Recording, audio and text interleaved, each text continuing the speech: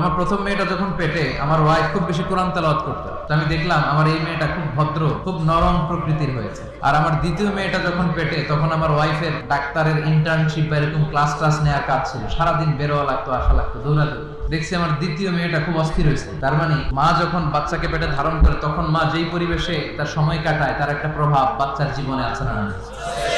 আপনি যদি কোরআন পড়েন, হাদিস পড়েন, বাচ্চা আল্লাহ আল্লাহ।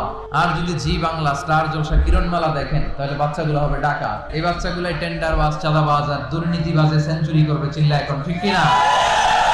এক সাহাবী বিশ্বনবীর প্রশ্ন করলো, ইয়া রাসূলুল্লাহ মাতা সাআ, কিয়ামত কবে হবে? বিশ্বনবী বললেন, ও সাহাবী, কিয়ামত কবে হবে জানার জন্য এত পাগল, কিয়ামতের জন্য কি প্রস্তুত করেছো? সাহাবী বলে, আমি কিছুই প্রস্তুত করি নাই, ইল্লা আন্নী উহিব্বুল্লাহ ওয়া রাসূলুহু, শুধু আমি এতটুকু করেছি, আমি আমার আল্লাহ আর আল্লাহর রাসূলকে ভালোবাসি। বিশ্বনবী বললেন, ফাইন্নাকা মা আমান আহবাবতা, ও সাহাবী, তুমি যাদেরকে ভালোবাসো জান্নাতে তুমি তাদের সাথেই থাকবা।